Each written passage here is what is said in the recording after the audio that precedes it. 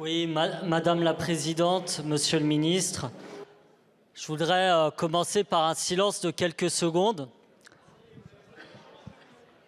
Ce silence, c'est celui qui bafoue le droit à l'hébergement d'urgence tous les jours quand des personnes appellent le 115 dans notre pays et qu'ils n'ont aucune réponse.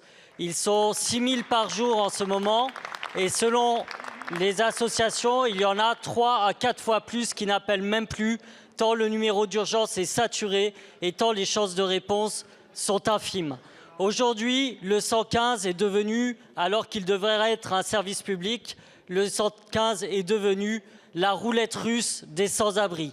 Et il faut aussi compter le fait que les agents qui y travaillent sont en souffrance parce qu'ils doivent dire non aux personnes qui appellent et qui demandent si des solutions existent. Et ils doivent leur dire que oui, ce soir, ils n'auront d'autre choix que de dormir à la rue. Alors, Monsieur le Ministre, vous avez déclenché le plan Grand Froid, il était temps, mais qu'avez-vous fait pour anticiper avec des mesures fortes, notamment cette situation?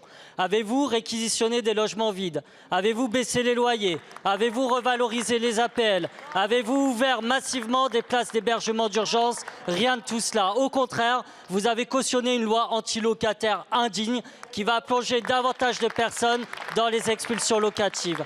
Alors, Monsieur le Ministre, et au gouvernement, je demande, qu'allez-vous faire pour que, parmi les 300 000 personnes qui sont SDF, dont 42 000 enfants, aucune d'entre elles ne se retrouve morte, inanimée, devant 3 millions de logements inhabités? Merci, Monsieur le député. La parole est à Monsieur Olivier Klein, ministre délégué chargé de la ville et du logement. Madame la Présidente, Mesdames et Messieurs les députés, Monsieur le député Picmal, je veux d'abord redire toute mon admiration et ma confiance pour l'ensemble des personnels des services d'intégration, d'accueil et d'orientation, les SIAO, en particulier dans la période de grand froid que nous connaissions.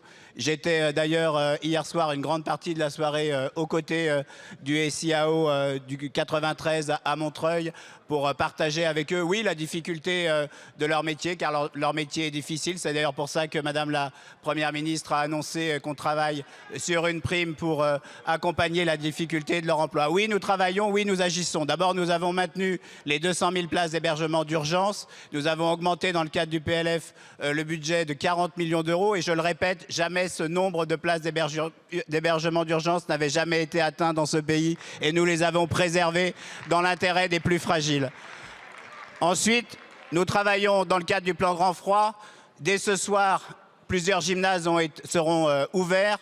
Et nous avons agi en avance puisqu'un certain nombre de municipalités sans réquisition, et je tiens à le dire, nous ont proposé des gymnases. Nous allons ouvrir la préfecture de région Île-de-France pour accueillir plus d'une trentaine de familles dès ce soir parce que l'État se doit aussi d'être exemplaire dans des moments aussi difficiles.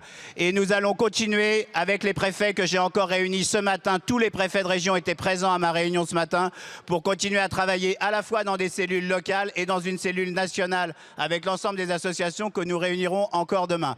Oui, s'il est nécessaire, nous ferons des réquisitions. Nous avons visité par exemple un hôtel à Lyon hier. Malheureusement, contrairement à ce qui nous avait été dit, il est en très mauvais état et nous ne pourrons pas l'utiliser immédiatement. Et je vais visiter d'autres lieux pour voir si des réquisitions sont possibles. Et je peux vous assurer que nous les ferons dans l'intérêt des familles et en particulier des enfants. Merci, Monsieur le Ministre. Monsieur Picmal. Oui, encore une fois, en matière de planification, on n'y est pas. Et moi, je propose à M. Macron, qui en 2017 a annoncé le zéro sans-abri dans ce pays, qu'il aille au 115 expliquer comment il n'a pas tenu sa promesse aux gens qui appellent tous les jours. Merci, Monsieur le Ministre. Monsieur le député, je vous rappelle que le président Macron a lancé le plan Logement d'abord. C'est plus de 400 000 personnes qui sont passées de la rue au logement pendant ce plan. Merci, Monsieur le Ministre.